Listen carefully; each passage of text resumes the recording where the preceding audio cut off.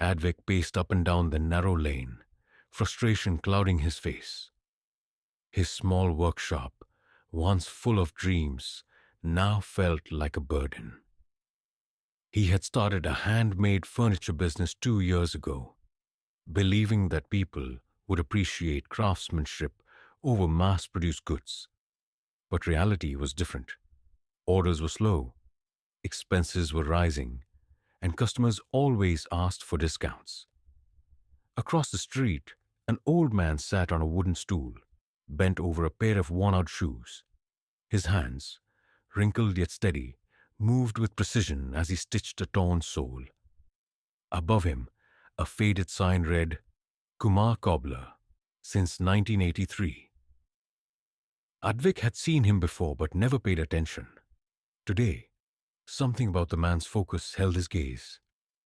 The world around him was restless, cars honking, people rushing, but the cobbler worked as if time had no control over him. Curious, Advik walked over. Uncle, you have been sitting here for so many years, doing the same thing. Don't you get tired? The old man smiled, but didn't stop working.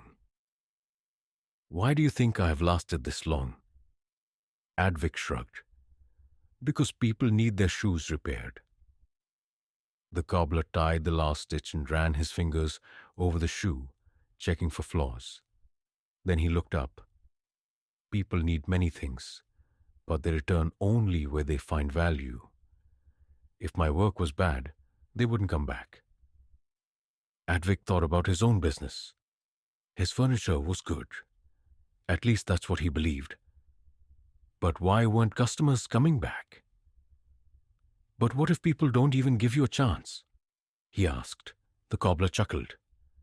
When I started, no one trusted me. Why would they?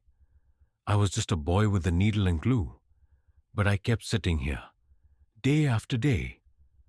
When one customer came, I treated his shoes like my own. He told another. Slowly more came. I didn't chase them. They found me because I focused on my craft. Advik frowned. But that takes time. I don't have time. My business is struggling. The old man shook his head. A tree doesn't grow faster if you pull its branches. You must water the roots and wait. Something clicked inside Advik. He had been so focused on selling that he had stopped focusing on craftsmanship. Was his work truly the best it could be?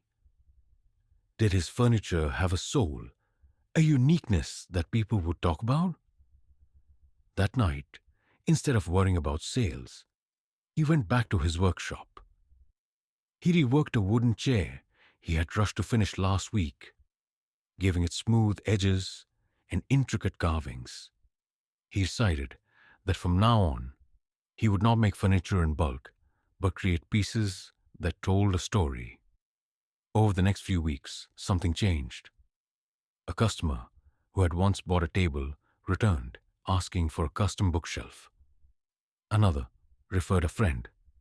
Word spread, not through ads, but through admiration.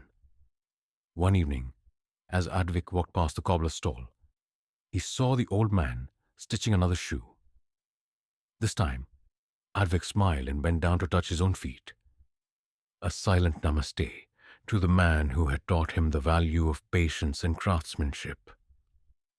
The old man looked up and nodded, as if he already knew.